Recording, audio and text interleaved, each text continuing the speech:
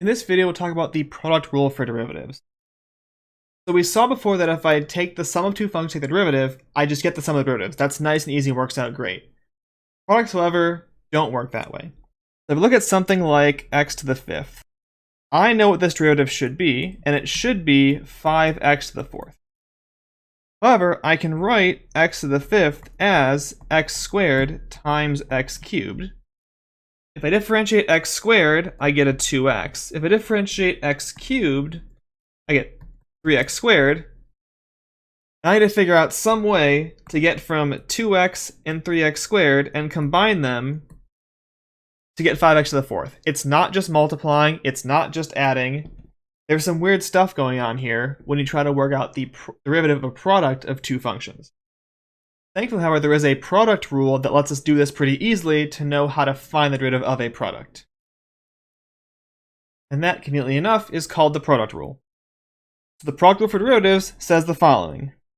The derivative of a product, f of x times g of x, is found by the derivative of f times g of x plus f of x times the derivative of g. Or in Newton's notation, f of x times g of x prime is f prime of x times g of x plus f of x times g prime of x. Basically, you want to figure out what the product is, differentiate each term of the product, and then tack them all on separately. So it's derivative of the first times the second plus the first times the derivative of the second.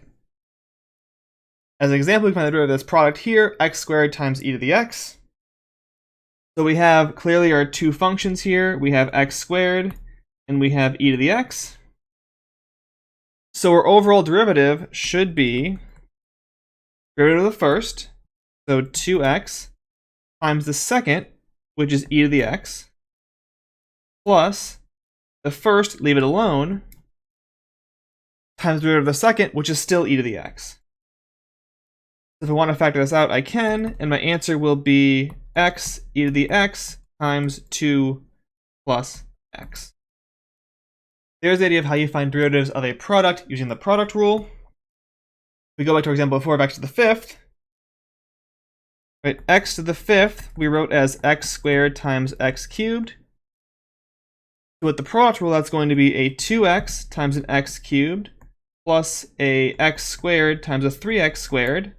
If you work this out, you get, as you should, 5x to the fourth.